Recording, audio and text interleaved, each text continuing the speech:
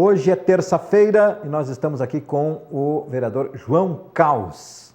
Ele perguntou, por que vocês me convidaram para estar aqui? Ora, nós fizemos uma série de entrevistas com todos os vereadores. O vereador é suplente, assumiu na Câmara de Vereadores e por isso que ele está aqui conosco para falar. Ele está de volta ou permanece? Qual é o termo que fica melhor condizente com a realidade do momento? João Caus, muito obrigado por ter vindo. Boa tarde. Boa tarde, Ayrton. Boa tarde, ouvintes da rádio da TV Santa Maria. É uma grande satisfação, como eu te falei, o nosso dever é trabalhar e servir a população. E quando nós sermos convocados ou convidados para estar nesse setor, em uma rádio, televisão, a gente tem a obrigação e o dever, porque a gente deve explicação do nosso trabalho. Sobre a tua pergunta, eu diria que permanece. Permanece porque eu não tive um espaço entre parar e começar. Eu fiquei mesmo. Terminou 31 de dezembro e já voltou imediatamente, eu fiquei, na verdade, 3 dias sem ser vereador, então... Certo. Eu saí dia 1º e assumi dia 3. 1.347 votos. Quantos você fez quando se elegeu? Quantos eu diminuí 300 e poucos votos da eleição de 2012 para 2016. 300 e poucos eu não sei exatamente, porque eu nem me preocupei muito com essa tese. Lá na estatística. Mas antes disso você também tinha insistido 1 ou 2 vezes anteriormente. Na verdade, eu já tinha sido primeiro suplente em 2004, do PMDB, que só não assumi, vamos dizer assim, porque o Chime, naquela época, o prefeito César Augusto, o deputado então, na época, não ganhou do Valdeci por 800 votos, e eu fiquei primeiro suplente. Eu poderia ser vereador desde 2004. Foi uma eleição muito renhida aquela, né? E depois, em 2008, eu fiquei terceiro suplente. Mas daí, como o Schirmer e o prefeito Farré assumiram, aí, casualmente, lá em 2010, com a saída de vereadores titulares, eu assumi também em 2010, o primeiro período de experiência na Câmara, 2010 a 2011. Foi 1 ano e 4 meses de vereador. E agora tive um mandato, então, de 2012, que eu assumi uma cadeira titular e que para a gente é uma honra e representar a cidade, até porque Santa Maria, eu sempre digo que ser vereador em Santa Maria, com certeza e certamente é um orgulho para qualquer um. Não tenha dúvida. Não é uma cidade qualquer, mesmo que fosse uma cidade pequena, mas do porte de Santa Maria, uma cidade universitária, uma cidade militar, uma cidade de grandes homens, de grandes ideias, e a gente está escolhido entre os 21 para representar o povo, acho que é um orgulho. Né? Concordo plenamente com você, é isso mesmo, uma cidade que espera muito dos seus representantes. Qual é a sua base, qual é o perfil da sua base eleitoral, Caus? Na verdade, eu sempre fui um homem popular, assim, das comunidades. Eu fui comerciante, eu vim de São Pedro do Sul em 87, montei um comércio aqui na Tuiuti com a Visconde. Foi quando eu vim para Santa Maria. Eu sou são pedrense. São pedrense, Sou são pedrense. Daqui da região? Da região, e eu usava Santa Maria já para fazer compras, enfim, porque Santa Maria, o São Pedro é uma satélite, né, um satélite de Santa Maria. Ele não vive sem Santa Maria, porque tem coisas aqui, pelo tamanho da cidade, que lá não tem. Então, uma cidade satélite eu chamo São Martinho, São Pedro, enfim, São Gabriel, muitas cidades aí, Itaara, elas são dependentes de Santa Maria. Nada mais justo, eu também morava lá e era dependente de Santa Maria. Inclusive peças, enfim, muita coisa. Aí, como eu migrei o comércio para cá, comecei a trabalhar por, acho que uns 10 ou 12 anos como comerciante, então eu conheci a cidade como um todo. E aí, casualmente, para ser rápido, eu fui fazer um comércio na Nova Santa Marta. É por isso que eu estou lá na Santa Marta, porque lá não tinha comércio. E eu era um comerciante, eu trabalhava com venda para as pessoas, para os comerciantes, para os pequenos comerciantes, para os médios comerciantes. Eu tinha um atacado, semi-atacado. E aí eu descobri que a Nova Santa Marta, na época que estava se desenvolvendo, na Santa Marta ou na Nova Santa Marta? Na Nova Santa Marta. Nova Santa Marta. Porque na verdade lá a Fazenda Santa Marta é meio que tudo, a Nova Santa Marta. Fazenda, ela se desenvolveu naquele período, e aí eu pensei em colocar um comércio daí onde eu estou morando atualmente, na Nova Santa Marta, em cima desse ramo. Aí, como a gente vive o problema das pessoas dia a dia, e tem sensibilidade, tem coração, tem vontade de ajudar, isso vem da minha essência. Eu sou filho de família com 8 filhos, a mãe professora, então a gente tinha muita dificuldade na época. Uma realidade difícil? Eu tinha como se fosse eu sempre era chamado pelo pai e a mãe quando tinha um problema. Eu sou filho, vamos supor, do meio, né, tem mais velhos e mais novos, mas eu estava sempre ali tentando, parece que isso é uma coisa de dom da gente de Muito bem. servir. E aí acabei começando a servir, tentar servir a minha comunidade da Nova Santa Marta, e aí veio a ideia de ser líder da comunidade, presidente, e aí veio a candidatura para vereador, e daí tu desfoca um pouco o comércio com a política. Foi o que aconteceu. A maioria dos votos estão lá na Nova Santa Marta. E um pouco distribuído pelo fato do que eu lhe falei do comércio. Então comércio. a gente é lá o foco, mas tem as amizades, enfim, nossa vivência desde de 87. Isso já dá quase 30 anos. Tem um teórico que escreveu certa vez, um dos fundadores da democracia norte-americana, que ele disse: democracia é onde se perde eleições. A gente sempre quer ganhar a eleição. Todo mundo entra para ganhar a eleição.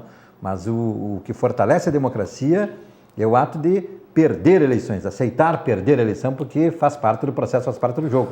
Isso é o que deve ter passado na tua cabeça quando não se elegeu ali, mas logo em seguida veio à tona a eleição difícil, renhida do Poço Bom, e aí que eu quero chegar. Como é que você vê essa gestão do Poço Bom, na qual você é uma das partes que está... O PMDB em Santa Maria é engraçado, né? Ele não é todo fechado nem com este nem com aquele, mas você ficou do lado do prefeito eleito, né? Eu só queria voltar um pouquinho na questão de perder. Eu sempre tenho uma tese, que daqui a pouco pode servir também nessa tese de perder ou ganhar a eleição. Certo. Eu acho que um candidato nunca perde a eleição. Ele só não ganha a quantidade de votos suficiente para ser eleito. Certo. Porque se tu ganhar 1.400, 1.500, 1.800, sei lá, ele ganhou isso. Ele ganhou. Ele só não teve o suficiente para ser eleito. Agora não pode desmerecer. Está dentro do conceito do pensador. Isso não pode desmerecer aquilo que ele ganhou, porque eu perdi. Mas como o senhor perdeu? Eu votei em ti, tu perdeu? Isso. Não, eu não tive o suficiente, meu amigo, mas eu estou aqui para te ajudar. Por isso que eu fiz 4 eleições num nível quase igual de voto. 1.749, 1.840 e 1.710. E agora que caiu um pouco devido ao governo, que aí é uma outra história, mas é sempre numa faixa, porque eu sempre me considerei vitorioso, porque eu ganhei quase 2.000 votos, são 2.000 pessoas votando em ti, então isso é uma vitória. Mas a questão do governo, a democracia, eu aprendi a valorizá-la na minha comunidade.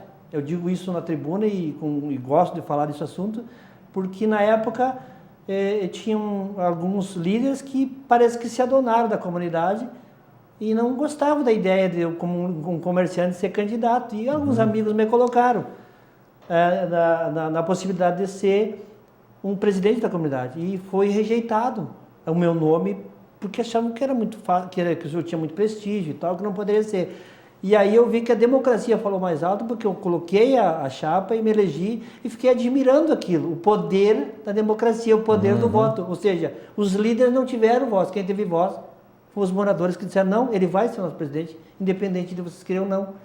Eu achei lindo aquilo, não por mim ter ganhado, mas digo, mas uma ferramenta que eu não conhecia, que era a democracia. Até porque eu sou era um comerciante, e sou, mas só entendia de comércio e não entendia da democracia. Ali eu via valor da democracia também. Então é muito importante. A questão do novo governo, do Poço Bom, eu acho é necessário a troca de governo.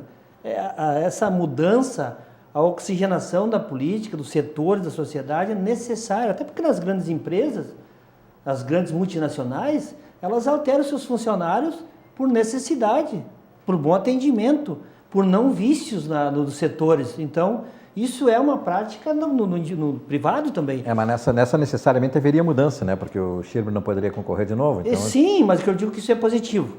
Essa parte de entrar um novo prefeito. Agora, a questão administrativa, se ele vai ser bom, se ele vai ser melhor, como que vai ser, seria precipitado dar uma opinião agora. Seria insensato, né? Porque ele está começando. Eu acredito que sempre as pessoas, e acredito muito nisso, eu não posso querer acreditar que um prefeito, um governador não queira fazer o bem, não queira fazer um bom mandato. Né? A tendência aquela parte que eu lhe perguntei sobre essa parte do PMDB, por exemplo, o PMDB em Santa Maria é oposição ou apoia? Como é que ficou na questão? Não, o PMDB ficou livre no diretório. Livre, isso foi o que está na ata então tem que ser bem claro, ficou livre aos seus filiados fazer o que quiserem. Normalmente, e uma grande maioria, eu diria 70%, 80%, apoiou. E desses 70%, 80% trabalhou.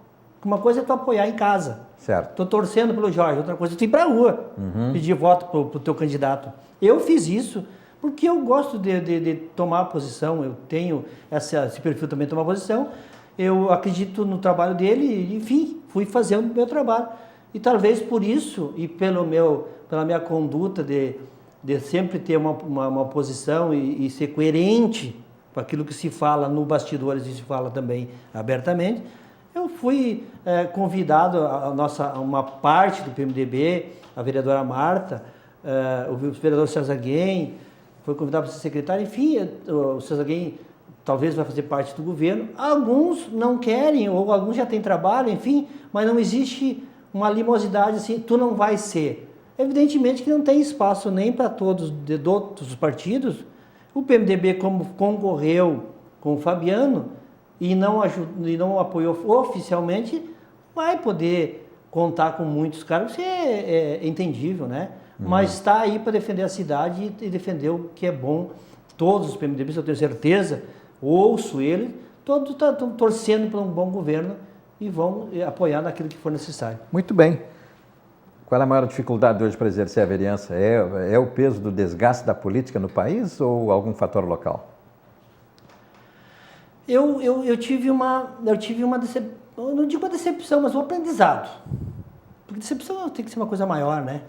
A gente tem que ser grandioso, porque a decepção tem que ser uma coisa ruim mesmo. Mais ou menos a gente tem que ser como um equívoco. Eu tive um equívoco em acreditar que um bom trabalho de um parlamentar falaria por si. E que ele não precisaria bater nas portas e implorar uma reeleição. E que ele não precisaria fazer nada de promessas e nem tapinha nas costas para se reeleger. E então, por quê? Porque o Carlos fez um bom trabalho? Fez. Ou não fez, eu estou dizendo em tese. Sim. Não, o Carlos fez um bom trabalho, foi um bom vereador, ponto. Para mim era isso. Seria julgado, ou avaliado no caso, né? Mas infelizmente isso foi o meu equívoco, não é assim, ainda não está nesse ponto. A cidade ainda, as pessoas ainda precisam de carinho, que é uma questão que pode, mas não necessitaria para ser um bom vereador, porque não haveria tempo de um vereador estar nas casas dando atenção, não poderia haver tempo se tu quer trabalhar. Contato próximo. Contato pessoal. Não precisaria tu dar benefícios, que não é a função, né? Promessas, enfim, eu acho que precisaria legislar bem e atender aquilo que foi proposto. Todo parlamentar, ele propõe para a sua região, até porque é um representante regional. Não é, ele tem obrigações com todo o município, mas cada um tem mais ou menos a sua, que nem os deputados têm no estado. Certo. Só que daí, o que acontece? A gente acredita que aquela região que tu tentou representar fez um trabalho, e eu, na verdade, eu fiquei dentro da minha comunidade, eu andei, eu fiz tudo que pude e falei, mas evidentemente que a gente, às vezes por ser responsável e poder sustentar aquilo que tu fala, às vezes tu fala coisas que não é, as pessoas não gostam muito de ouvir. Então é aquela, aí tu fez a pergunta, eu estou tentando responder. Às vezes as pessoas gostam de ouvir aquilo que é bom para elas.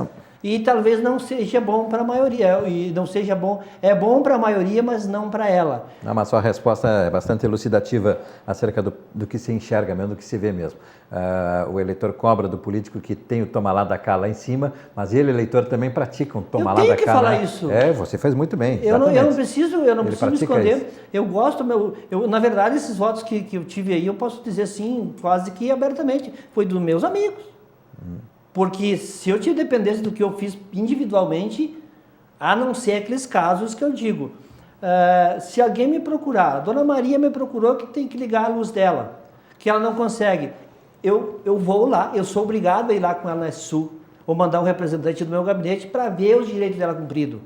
Mas é uma questão daí de um trabalho ou do Estado, do município federal, para que ela tenha esse direito. Isso é uma coisa. Uma outra coisa é eu pegar o meu carro, dar uma carona, levar uma pessoa no hospital, ou lá em São Pedro, enfim. Isso eu não sou obrigado a fazer para ter um benefício direto. Agora, o que é o direito de serviços públicos, o vereador está ali para cumprir, fiscalizar. Isso eu fiz. Mas isso eu fiz quando procurado, Ayrton. Tu entende? Porque se tu começa a procurar muito isso, tu fica querendo ser um servidor que não é tua função. A tua função é legislar. Então tu é obrigado a dar atenção quando procurado.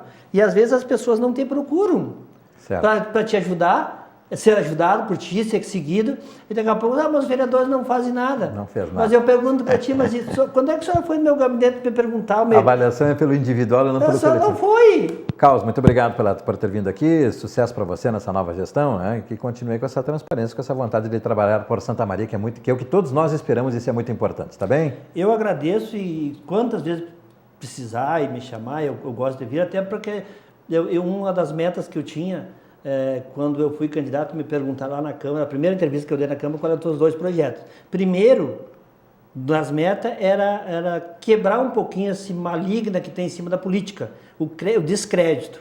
Eu digo, nem que seja da minha pessoa eu quero ter crédito. E isso era uma meta. E a segunda meta é que a gente conseguisse fazer com que as pessoas acreditem mais naquilo que tu vai fazer, que seja sério na política. E eu consegui ser conhecido. Porque se tu é conhecido, e aí que foi que eu me dei um pouquinho mal. Se tu é conhecido por uma pessoa correta, trabalhadora, eu acho que tá ali um exemplo de que tu não precisa mais fazer coisas ilegais para se reeleger. Uhum. Então essas 2 metas eu consegui fazer com que as pessoas saibam quem é o João Carlos, mesmo que brinco com o meu nome, que um caos é um caos, mas eu tenho orgulho, continuarei tendo orgulho de ser vereador de Santa Maria e estou à disposição. Meu gabinete é o gabinete 9 e tenho o maior orgulho de receber qualquer cidadão por lá, inclusive da região que alcança a tua emissora aqui, porque Santa Maria, como eu digo, ela é como se fosse o centro. É uma capital regional. É uma capital que está aqui para servir o coração do Rio Grande.